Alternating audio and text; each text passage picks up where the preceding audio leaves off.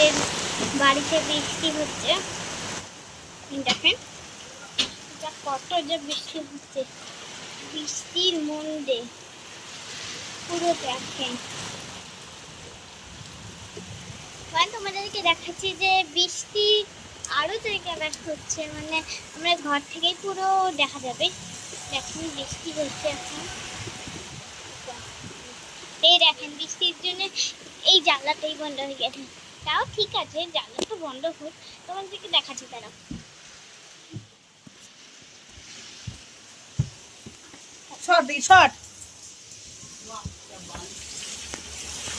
এই দেখেন যে কত বৃষ্টি, আর গাছপালা দেখেন কি হাওয়া দিয়ে নোয়া আছে।